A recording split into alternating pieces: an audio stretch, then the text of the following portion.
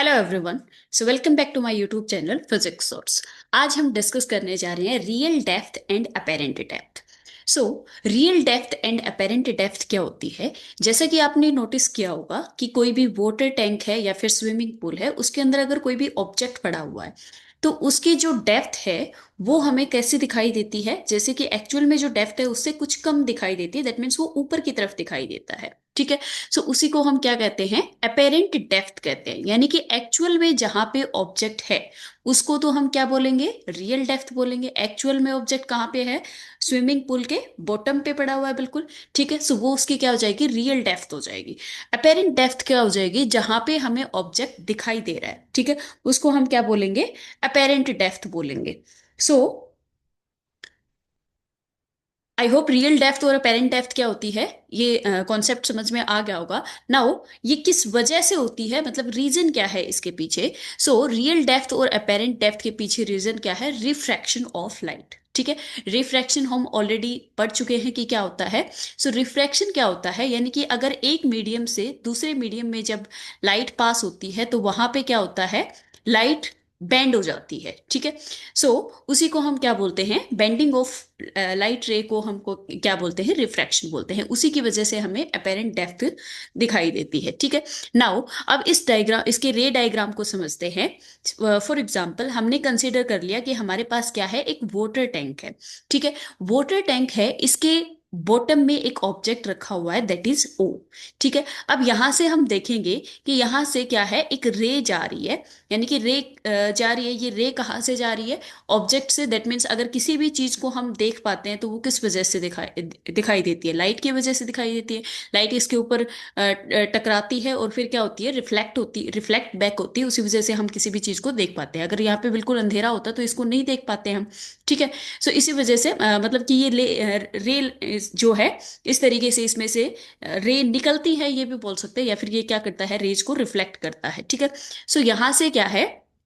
एक रे जा रही है जो कि एक्स वाई इंटरफेस पे इंसिडेंट करेंगे हम, ठीक है। सो एक्स वाई इंटरफेस पे जब जैसे ही रे इंसिडेंट हो रही है, सो यहाँ पे क्या हो जाएगा? जो मीडियम है दोनों का वो चेंज हो जाएगा। दैट मीन्स यहाँ पे क्या था? वाटर था इनसाइड में, और आउटसाइड का मीडियम कैसा है? एयर है। दैट मीन्स मीडियम कैसा हो जाएगा? रेरर मीडियम हो जाएगा। सो जब लाइट डेंसर मीडियम से रेरर मीडियम में जाती है तो क्या होता है? Light away from the normal bend हो जाती है, ठीक है। सो यहाँ पे ये हमने नॉर्मल ड्रॉ कर लिया, दैट इज एन एम। सो यहाँ पे away from the normal bend होगी तो इस तरीके से ये लाइट रे जो है ये बेंड हो जाएगी, ठीक है। So this is the angle of refraction. Now angle of incidence क्या है? ये हो जाएगा आई। हमने एंगल ऑफ इंसिडेंस मान लिया, ठीक है। इंसिडेंट रे और नॉर्मल के बीच का जो एंगल होता है उसको क्या बोलते हैं? एंगल ऑफ इंसिडेंस बोलते हैं, ठीक है। नाउ एक सेकेंड रे जा रही है, that is O B. O B जो है वो किस तरीके से जा रही है? ये नॉर्मली इंसिडेंट कर रहे हैं, इसके ऊपर नॉर्मली इंसिडेंट कर रहे हैं, यानी कि परपेंडिकुलर है। सो जो भी परपेंडिकुलर डायरेक्शन में होती है वो क्या होती है? अगर रिफ्रैक्शन हो रहा है तो वो सीधे सीधे पास हो जाती है without any bending. And reflection होता है तो वो क्या हो जाती है? रिफ्लेक्ट बैक हो जाती है सेम पाथ से, ठीक है। सो अगर कोई भी नॉर्मल रे उसके ऊपर इंसिडेंट हो रही है किसी भी मीडियम के ऊपर, किसी भी इंटरफेस के ऊपर, तो वो क्या हो जाएगी? सीधे पास हो जाएगी। सो ये जो रे है ये कैसे है? सीधे सीधे इस तरीके से चली जाएगी, ठीक है। अब हम देखेंगे कि ये जो दोनों रे हैं ये आगे जाके कहीं नहीं मिल सकती। ये इधर जा रही है और ये इधर जा रही है, ठीक है। सो ये आगे जाके कहीं नहीं मिल सकती। और इमेज कब फॉर्म होती है? जब कोई भी दो रेज आपस में मिलती हैं किसी पॉइंट पे, वहीं पे इमेज फॉर्म होती है, ठीक है। तो अब हम क्या करेंगे? इसको पीछे की तरफ एक्सटेंड करेंगे तो हमने देखा कि ये दोनों रेज यहाँ पे मीट कर रही है, ठीक है। So this will be our image. So यहाँ पे यानी कि अगर यहां से हम देख रहे हैं, ये क्या है? हमारी आईज है, आई है। तो यहां से अगर हम देख रहे हैं इसको तो इसकी इमेज जो है वो हमें कहाँ पे दिखाई दे रही है? यहाँ पे दिखाई दे रही है। और एक्चुअल में ऑब्जेक्ट कहाँ रखा हुआ है? यहाँ पे रखा हुआ है, ठीक है। सो ये क्या हो जाएगी? इसकी अपेरेंट डेप्थ हो जाएगी and this one is the actual depth. So actual depth को हम मान लेते हैं एक्स, ठीक है। और अपेरेंट डेप्थ को मान लेते हैं वाई, ठीक है। ये हो जाएगी अपेरेंट डेप्थ। और ये जो है, ये जो डिफरेंस है इसके बीच में, इसको हम क्या बोलेंगे? Normal shift. यानी कि कितना शिफ्ट हुआ है एक्चुअल डेप्थ से अपेरेंट डेप्थ में। सो इसको हम मान लेंगे डी, ठीक है। सो यहाँ पे एक्स हमारे पास क्या है, रियल डेप्थ, या फिर एक्चुअल भी बोल सकते हैं, actual depth. And Y is the apparent depth, apparent depth, ठीक है। और डी क्या है, D is the normal shift, normal shift, ठीक है। सो आई होप आपको इसका रे डायग्राम और इसका कॉन्सेप्ट समझ में आ गया होगा। अब हम देखेंगे इसका मैथमेटिकल एक्सप्रेशन। सो मैथमेटिकल एक्सप्रेशन फाइंड आउट करने से पहले कुछ एंगल्स हम देख लेते हैं। जैसे कि सबसे पहले यहाँ पे ये जो एंगल है हमारे पास, ये क्या है, आई है। सो ये एंगल भी हमारे पास क्या हो जाएगा, आई। कैसे हो जाएगा, क्योंकि देखो ये रे एन एम और ओ बी जो है, यानी कि एन एम और ओ बी दोनों आपस में क्या है, पैरेलल हैं। अगर ये पैरेलल हैं और इनको एक लाइन ज्वाइन कर रही है, सिंगल लाइन, तो ये दोनों जो एंगल हैं ये क्या हो जाएंगे, अल्टरनेट एंगल हो जाएंगे। सो अल्टरनेट एंगल क्या होते हैं, इक्वल होते हैं, ठीक है। सो ये एंगल अगर आई है तो ये एंगल भी कितना हो जाएगा, आई हो जाएगा, ठीक है। सो यहाँ पे हमारे पास क्या हो जाएगा, angle M A O will be equals to angle A O B, ठीक है। और ये किसके इक्वल हो जाएगा, आई के इक्वल, क्योंकि ये कौन से एंगल हैं, अल्टरनेट एंगल है, ठीक है, अल्टरनेट एंगल, ठीक है। नाउ सेकंड देखो, यहां पे ये एंगल कितना है, आर। ये लाइन एन एम और ओ बी दोनों पैरेलल हैं, ठीक है, ऑलरेडी देख चुके हैं हम। सो अगर ये आर है तो ये एंगल कौन सा हो जाएगा, ये एंगल कितना हो जाएगा, ये भी आर हो जाएगा, क्योंकि ये दोनों कौन से एंगल हैं, कॉरस्पॉन्डिंग एंगल हैं, ठीक है। यानी कि फॉर एग्जांपल, जैसे कि अगर कोई भी दो पैरेलल रेज हैं इस तरीके से, इनको एक सिंगल लाइन अगर इस तरीके से ज्वाइन कर रही है, कट कर रही है कहीं पे भी, तो ये जो दोनों एंगल होते हैं, ये एंगल कौन से होते हैं, कॉरस्पॉन्डिंग एंगल होते हैं, और ये दोनों एंगल क्या हो जाएंगे, इक्वल हो जाएंगे। सो ये भी आर है और ये भी क्या हो जाएगा, आर हो जाएगा, ठीक है। सो एंगल ये ए है, इसको कुछ नाम दे देते हैं, ए बी, और ये एक्स भी है यहाँ पे, तो इसको क्या मान लेंगे, पी मान लेते हैं, ठीक है। So angle N A P will be equals to angle, ये हो गया एन ए पी, और ये कौन सा है, बी। यहाँ पे ये पॉइंट क्या था हमारे पास, आई, ठीक है। ये पॉइंट क्या था, आई था।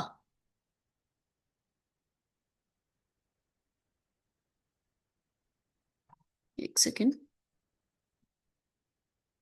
ये क्या था हमारे पास, आई पॉइंट था। सो ये एंगल क्या हो जाएगा, N A P and angle B I A, ये दोनों किसके इक्वल हो जाएंगे, आर के इक्वल हो जाएंगे। कौन से एंगल हैं, कॉरस्पॉन्डिंग एंगल है, ठीक है।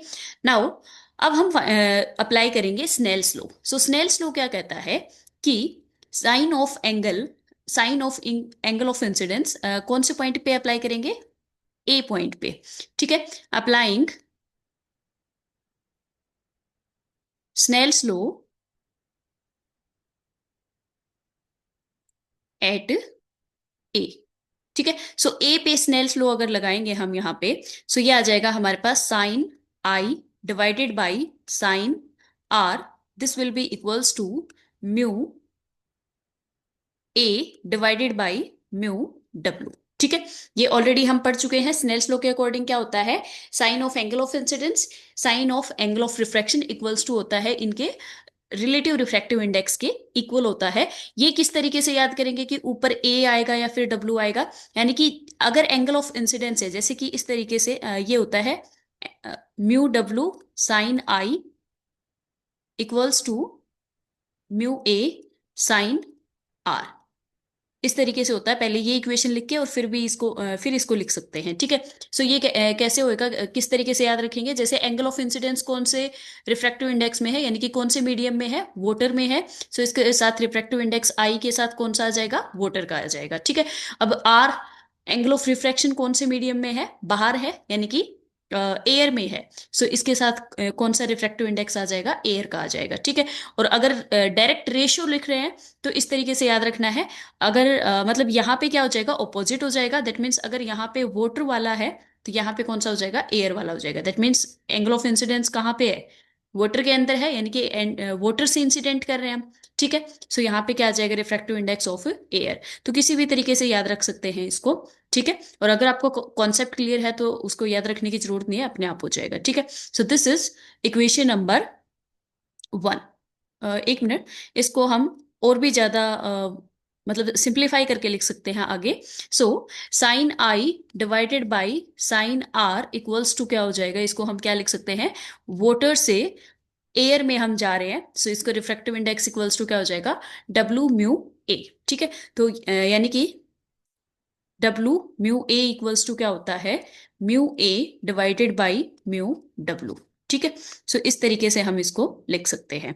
Now this is equation number 1, ठीक है। अब यहाँ पे हमें क्या फाइंड आउट करना है, साइन आई और साइन आर की वैल्यू फाइंड आउट करेंगे, ठीक है। सो साइन आई की वैल्यू क्या हो जाएगी, साइन आई कौन सी ट्रायंगल के अंदर है, इस ट्रायंगल में है, that is triangle B O A या फिर A O B, triangle in triangle A O B. So A O B के अंदर है साइन आई इक्वल्स टू क्या हो जाएगा, साइन आई क्या होता है, perpendicular upon hypotenuse. So perpendicular upon hypotenuse के अकॉर्डिंग अगर यहाँ पे देखेंगे तो ट्रायंगल हमारे पास है ए ओ बी, यानी कि ये ट्रायंगल है। सो इसमें परपेंडिकुलर कौन सा हो जाएगा, ये बेस है, ये हाइपोटेनस है, सो परपेंडिकुलर क्या हो जाएगा, बी ए, ठीक है। और हाइपोटेनस कौन सी हो जाएगी, O A. So sine I equals to क्या हो जाएगा, B A divided by O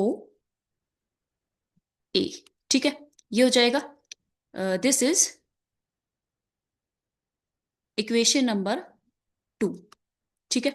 now sine r की वैल्यू फाइंड आउट करेंगे यहां से।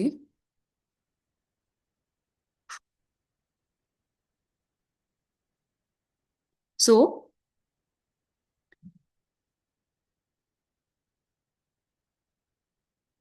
साइन आर इक्वल्स टू क्या हो जाएगा हमारे पास, sine r will be equals to perpendicular upon hypotenuse. So perpendicular कौन सा हो जाएगा हमारे पास, आर कौन से ट्रायंगल में है, सबसे पहले यहाँ पे लिख लेते हैं, इन ट्रायंगल ए आई बी, ठीक है। सो आर कौन से ट्रायंगल में है, ए आई बी, यानी कि ये जो ट्रायंगल है इसमें है are.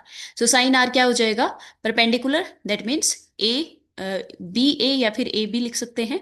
So B A divided by ये क्या हो जाएगा, ए आई, ए ए आई या फिर आई ए, ठीक है। So this is equation number 3।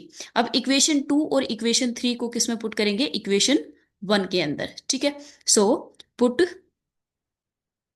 Equation 2 and 3 in equation 1।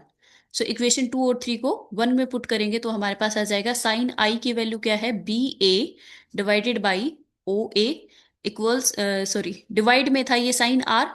सो अगर डिवाइड में है ये तो ये क्या हो जाएगा, इसका रेसिप्रोकल होके मल्टीप्लाई में आ जाएगा, ठीक है। सो ये आ जाएगा हमारे पास आई ए डिवाइडेड बाई बी ए। ये किस तरीके से आया है, जैसे कि अगर मान लो कोई भी चीज डिवाइड में है, जैसे कि ए बी और इसके डिवाइड में अगर आता है सी डी, ठीक है। तो ये इसको हम क्या लिख सकते हैं, ए बी, और इसको ऊपर ले जाके दैट मीन्स ये इसके मल्टीप्लाई में चला जाएगा और रेसिप्रोकल हो जाएगा, यानी कि डी तो इसके मल्टीप्लाई में आ जाएगा और सी इसके मल्टीप्लाई में आ जाएगा। सो ये क्या हो जाएगा, डी डिवाइड बाई सी हो जाएगा, ठीक है। सो मल्टीप्लाई में जाके ये क्या हो जाता है, रेसिप्रोकल हो जाता है। तो यहाँ पे साइन आर की जो वैल्यू थी वो क्या थी, B A divided by I A थी। तो डायरेक्ट मैंने क्या कर दिया, ऊपर ले जाके इसका रेसिप्रोकल कर दिया, ठीक है। सो यहाँ पे this will be equals to डब्ल्यू म्यू ए, ठीक है। सो ये आ जाएगा हमारे पास। अब यहाँ पे बी ए से बी ए कैंसिल आउट हो जाएगा, दैट मीन्स डब्ल्यू mu a will be equals to I A divided by O A. So I A divided by O A आ गया, ये आई ए कौन सा है, ये हो जाएगा, और ओ ए कौन सा है, ये हो जाएगा, ठीक है। अब यहाँ पे अगर हम देखें स्मॉल एंगल के लिए, दैट मीन्स ये आई जो एंगल ले रखा है ये एक्चुअल में बहुत स्मॉल एंगल है, ठीक है। सो यहाँ पे अगर हम आई को स्मॉल एंगल ले लें, इफ आई इज स्मॉल, अगर आई स्मॉल है तो हम क्या ले सकते हैं, जैसे कि जैसे कि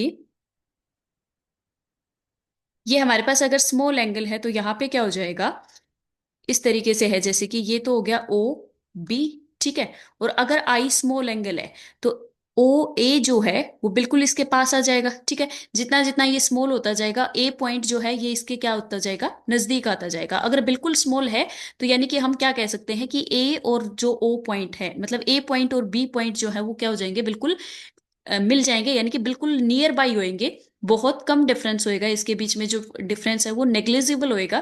तो इस तरीके से अगर ये बहुत स्मॉल एंगल है, सो ए जो पॉइंट है वो कहाँ पे आ जाएगा, बी के पॉइंट के बिल्कुल पास आ जाएगा। सो इसको हम क्या कर सकते हैं, बी को मतलब जहां जहां पे ए है वहां पे हम क्या लिख सकते हैं, बी लिख सकते हैं। दैट मीन्स अगर आई स्मॉल है, सो मतलब एंगल ऑफ इंसिडेंस आई यहाँ पे, ये तो अपेरेंट डेप्थ मतलब इमेज के लिए डिनोट कर रहा है, और ये जो है स्मॉल आई है वो एंगल ऑफ इंसिडेंस के लिए डिनोट कर रहा है, ठीक है।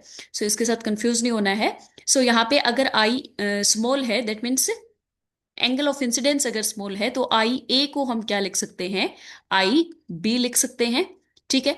और ओ ए को हम क्या लिख सकते हैं, ओ बी लिख सकते हैं, ठीक है। So this is equation number 4। अब इक्वेशन 4 में इसको पुट करेंगे, सो ये क्या हो जाएगा, डब्ल्यू mu A equals to, I A की जगह पे क्या लिखेंगे, आई बी, एंड ओ ए की जगह पे क्या लिखेंगे, ओ बी, ठीक है। So this is I B और ओ बी क्या है, अब यहाँ पे हमारे पास इस डायग्राम के अकॉर्डिंग देखेंगे, आई बी, आई बी क्या है, ये रहा आई पॉइंट और यहाँ पे है B point. So I B क्या है, apparent depth, that means Y के इक्वल है। और ओ बी क्या है, actual depth, that means X के इक्वल है। सो आई बी की जगह पे क्या लिखेंगे, X divided by O B क्या हो जाएगा, वाई। दैट मीन्स हम इसको क्या कह सकते हैं, एक्स क्या था हमारे पास, real depth, real depth, and y क्या है, अपेरेंट डेप्थ, अपेरेंट डेप्थ, ठीक है। सो अपेरेंट डेप्थ जो है उसकी वैल्यू क्या आ जाएगी हमारे पास, y equals to X divided by W mu A. That means apparent depth जो है वो क्या हो जाएगी, real depth divided by relative refractive index, ठीक है। सो अब यहाँ पे हम और क्या क्या कंक्लूजन निकाल सकते हैं, जैसा कि हम यहाँ पे देख सकते हैं कि जो y जो है वो क्या है, रिफ्रैक्टिव इंडेक्स के इनवर्सली प्रोपोर्शनल है, ठीक है। सो अगर ये इनवर्सली प्रोपोर्शनल है तो यहाँ पे क्या हो जाएगा, रिफ्रैक्टिव इंडेक्स जितना ज्यादा इंक्रीज करेगा y उतना ही क्या हो जाएगा, कम हो जाएगा, यानी कि अपेरेंट डेप्थ क्या हो जाएगी, कम हो जाएगी। दैट मीन्स इसका मतलब क्या है कि अगर रिफ्रैक्टिव इंडेक्स ज्यादा है तो उसमें हमें जो ऑब्जेक्ट है वो और भी ज्यादा ऊपर की तरफ दिखाई देगा, ठीक है। सो दूसरी चीज यहाँ पे हम क्या ऑब्जर्व कर सकते हैं कि जो अपेरेंट डेप्थ होती है वो हमेशा क्या होगी, जो रियल डेप्थ है उससे कम होएगी अगर हम डेंसर मीडियम से रेयर मीडियम में जा रहे हैं, ठीक है। सो आई होप ये आपको समझ आ गया होगा। अपेरेंट डेप्थ किस तरीके से फाइंड आउट करेंगे हम, y equals to X divided by mu, mu यानी कि रिफ्रैक्टिव इंडेक्स। अगर ग्लास या फिर ग्लास और एयर है यहाँ पे, सो यहाँ पे ये क्या हो जाएगा, अगर ग्लास मीडियम है तो y equals to X divided by glass के लिए g, और refractive index with respect to air, ठीक है। सो डिफरेंट डिफरेंट मीडियम के लिए इस तरीके से हम फाइंड आउट कर सकते हैं। That means real depth divided by क्या आ जाएगा, refractive index, relative refractive index बोल सकते हैं। सो this will be the expression for apparent depth, ठीक है। अब हम फाइंड आउट करेंगे नॉर्मल शिफ्ट। सो नॉर्मल शिफ्ट क्या था, नॉर्मल शिफ्ट, जैसा कि हमने डायग्राम में देखा कि यहां पे हमारे पास क्या था, ये थी मतलब ये अपेरेंट डेप्थ थी, और ये क्या है, रियल डेप्थ है। अपेरेंट डेप्थ और रियल डेप्थ के बीच में जो ये डिफरेंस है, यानी कि यहां से यहां तक का ये जो डिफरेंस है, दैट इज डी। इसी को हमने क्या बोला था, नॉर्मल शिफ्ट बोला था। सो अगर नॉर्मल शिफ्ट की हमें वैल्यू फाइंड आउट करनी है, जैसे कि यहां से अलग से हम इसका डायग्राम बना के समझेंगे। जैसे कि ये है हमारे पास ओ बी, ठीक है। ये क्या है, हमारे पास ओ बी है। यहाँ पे क्या है, आई पॉइंट है हमारा, यहाँ पे ओ पॉइंट है। ये क्या था, वाई, और इसकी कंप्लीट की क्या थी, x. That means real depth क्या थी हमारे पास, एक्स थी। और ये क्या है, D. So D equals to क्या लिख सकते हैं हम, इस कंप्लीट में से अगर ये माइनस कर देंगे तो क्या हो जाएगा, हमारे पास डी की वैल्यू आ जाएगी। यानी कि हम क्या कह सकते हैं कि रियल डेप्थ में से अगर अपेरेंट डेप्थ माइनस कर देते हैं तो हमारे पास क्या आ जाएगा, नॉर्मल शिफ्ट आ जाएगी, ठीक है। सो डी इक्वल्स टू हमारे पास क्या आ जाएगा यहाँ पे, डी इक्वल्स टू क्या आ जाएगा हमारे पास, एक्स माइनस वाई, ठीक है। सो आई होप आपको समझ आ गया होगा। D equals to, that means normal shift क्या आ जाएगा हमारे पास, real depth minus apparent depth. So normal shift को हम क्या लिख सकते हैं, इक्वल्स टू